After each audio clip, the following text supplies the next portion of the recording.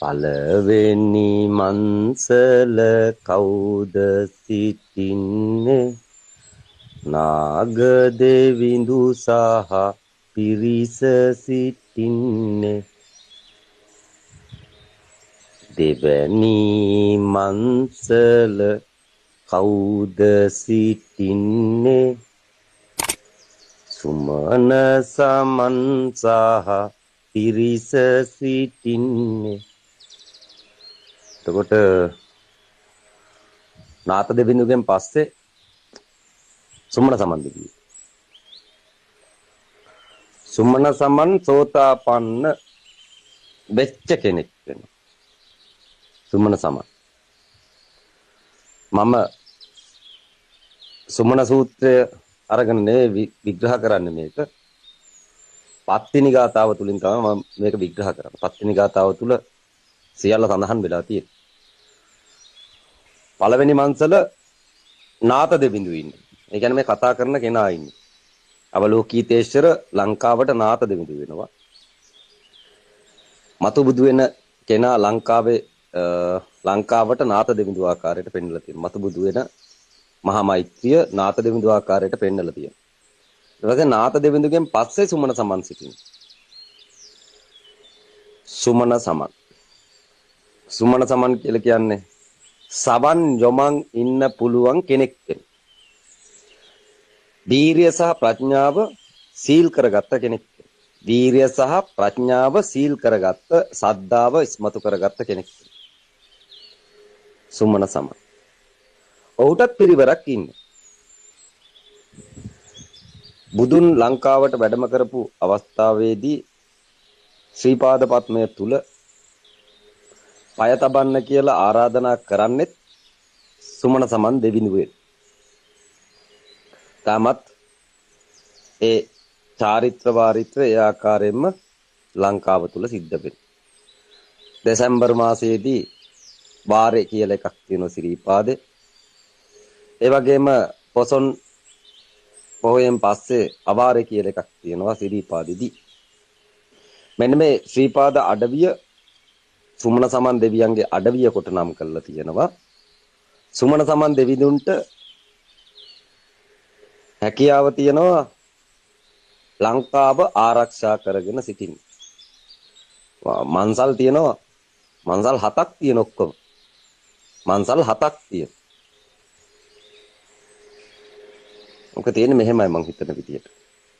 පළවෙනි මන්සල කවුද සිටින්නේ නාත දෙවිඳු සහ පිරිස සිටින්නේ දෙවැනි මන්සල කවුද සිටින්නේ සුමන සමන් සහ පිරිස සිටින්නේ තුන්වැනි මන්සල කවුද සිටින්නේ දැඩි මුණ්ඩ සහ පිරිස සිටින්නේ සිව්වැනි මන්සල කවුද සිටින්නේ විෂ්ණු දෙවිඳු සහ පිරිස විෂ්ණු දෙවියන්ට වැඩිය ඉස්සරහින් ඉන්න කෙනෙක් තමයි සුමන සමන් කියලා කියන්නේ. දැඩි මුණ්ඩත් විෂ්ණු දෙවියන්ට ඉස්සරහින් ඉන්න කෙනෙක්.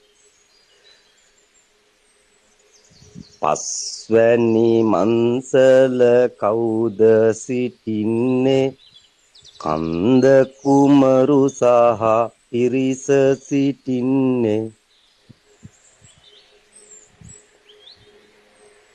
හයවෙනි මන්සල කවුද සිටින්නේ ගම්බාර දෙවියන් සහ පිරිස සිටින්නේ හත්වෙනි මන්සල කියලා එකක් තියෙනවා.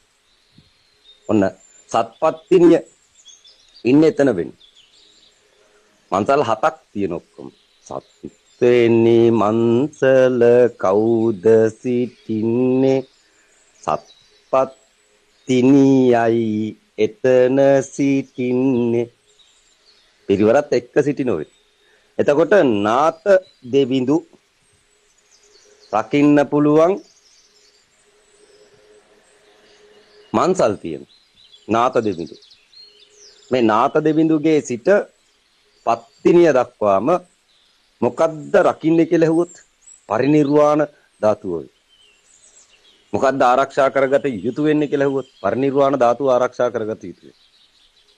නාත දෙවිඳුට විතරයි තාම පරිනිර්වාණ ධාතුවට ගිහින් නැගිටින්න පුළුවන් හැකියාව තියෙන්නේ.